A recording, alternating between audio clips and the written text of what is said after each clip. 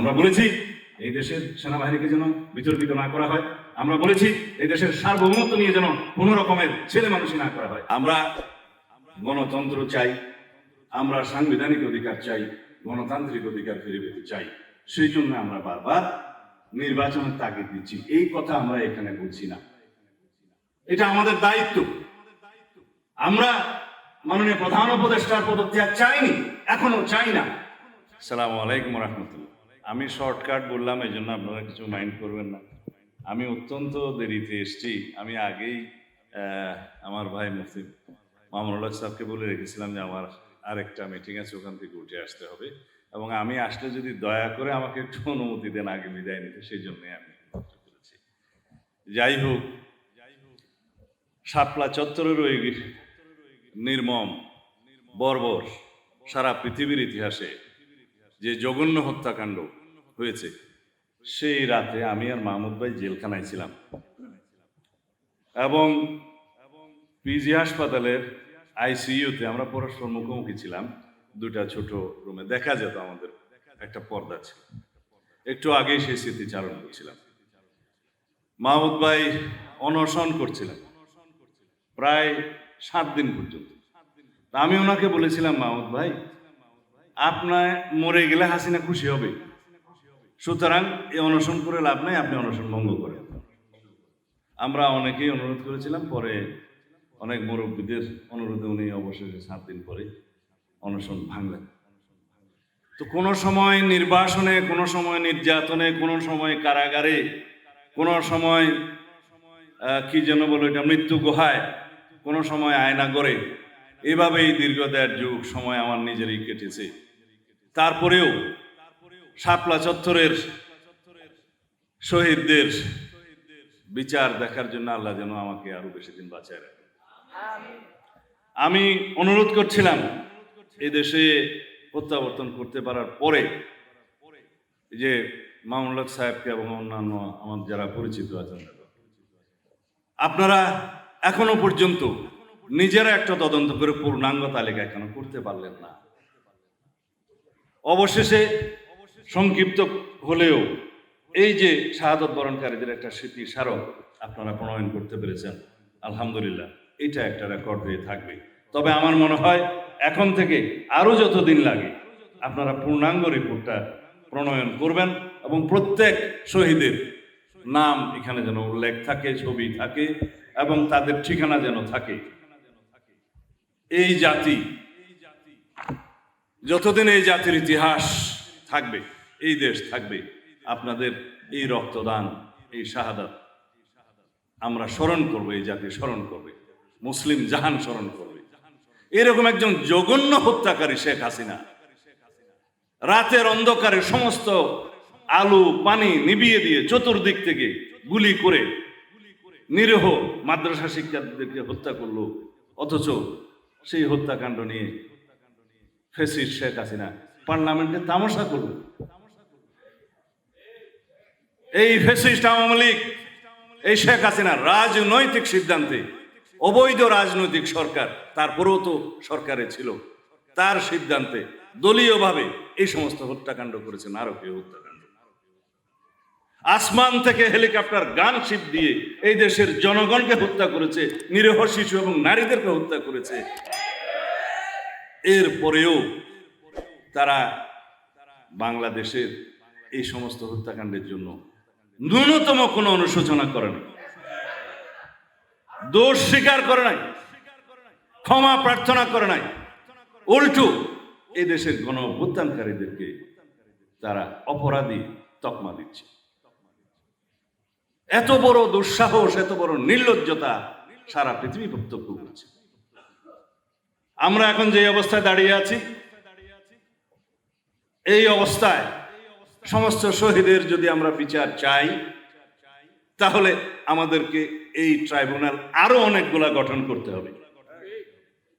ট্রাইব্যুনালের তদন্ত team, prosecution, logistic support সবগুলো বাড়িয়ে আমি অনুরোধ করব এখনই যাতে যথাযথ কর্তৃপক্ষ যথাযথ পদক্ষেপ নেন, শুরু করা হোক।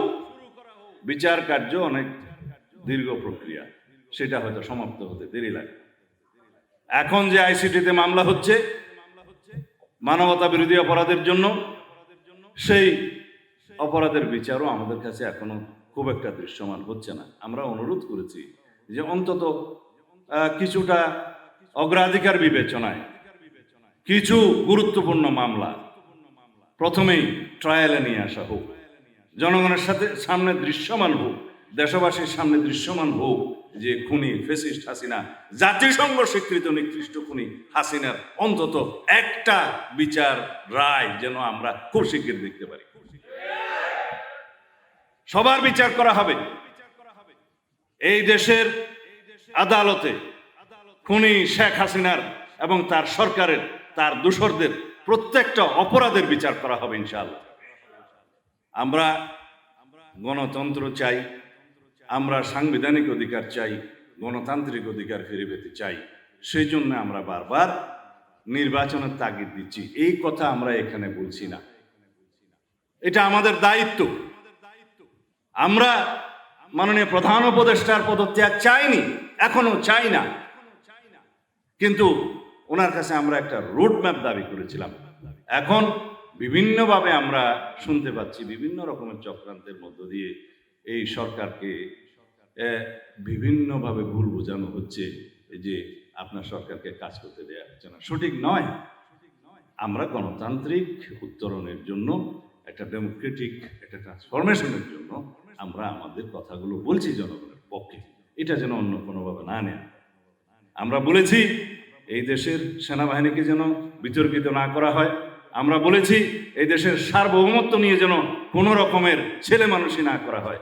এদেশের নিরাপত্তা, স্বাধীনতা, সার্বভৌমত্বকে রক্ষার জন্য জাতীয় ঐক্যমত্যের ভিত্তিতে যেন যে কোনো সিদ্ধান্ত গৃহীত হয়। এই কথাগুলো আমরা বলছি জাতীয় স্বার্থ সংরক্ষণের জন্য।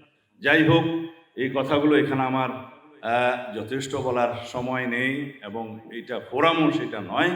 আমি শুধু আহ্বান করব, আপনারা আলেম সমাজ দ্বিধা বিভক্ত থাকবেন না, বহুধা বিভক্ত থাকবেন না।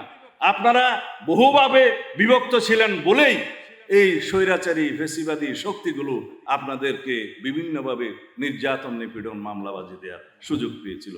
আপনারা এখানে ঐক্যবদ্ধ হন না, আপনাদের স্বার্থ তো এক। আমি শুধু আল্লামা ইকবালের একটা শের পড়ে আপনাদের এখান থেকে বিদায় নেব যে मुसलमान के हर फिरके ने एक दूसरे को काफिर कहा, वही एक काफिर ही है जो उसने हम सबको मुसलमान कहा। অথচ আমরা সেই মুসলমানরা একত্রিত হতে পারি না।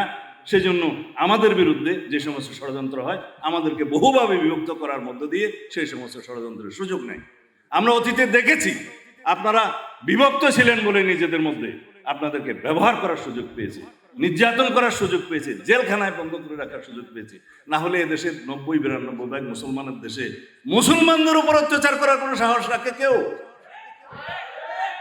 সুতরাং আহ্বান জানাবো, আমরা এই দেশের স্বাধীনতা, এই দেশের হাজার বছরের আমাদের যে অনুসরণ করা আমাদের যে সংস্কৃতি, সেটাকে আমরা ঊর্ধ্বে তুলে ধরি। এখানে যেন কোনো বিজাতীয় সংস্কৃতি আমাদের বিভিন্নভাবে বিভ্রান্ত না করতে পারে, আমরা যেন সজাগ থাকি। সেজন্য ইসলামী মূল্যবোধের এই প্রচার প্রসার এবং এগুলো করতে হবে। আপনাদের দায়িত্ব সেখানে সবচেয়ে বেশি। এর অনুপস্থিতিতে এখানে বিভিন্ন রকমের সংস্কৃতির অনুপ্রবেশ ঘটছে। আমাদের ভবিষ্যৎ প্রজন্ম, ছেলেমেয়েরা সেটা দেখছে এবং সেটা অনুসরণ করার একটা সুবিধা তারা পাচ্ছে। সেজন্য অনুরোধ করব, আমাদের ঈমান আকীদা নিয়ে যাতে এই দেশের মুসলমানরা মৃত্যুবরণ করতে পারে, সেই ব্যবস্থার জন্য আপনাদের ভূমিকাটা সবচেয়ে বেশি। আপনারা সেই ভূমিকা পালন করুন। আসসালামু আলাইকুম ওয়া রাহমাতুল্লাহ। আমার কথা ধৈর্য ধরে শোনার জন্য শুকরিয়া আদায় করছি।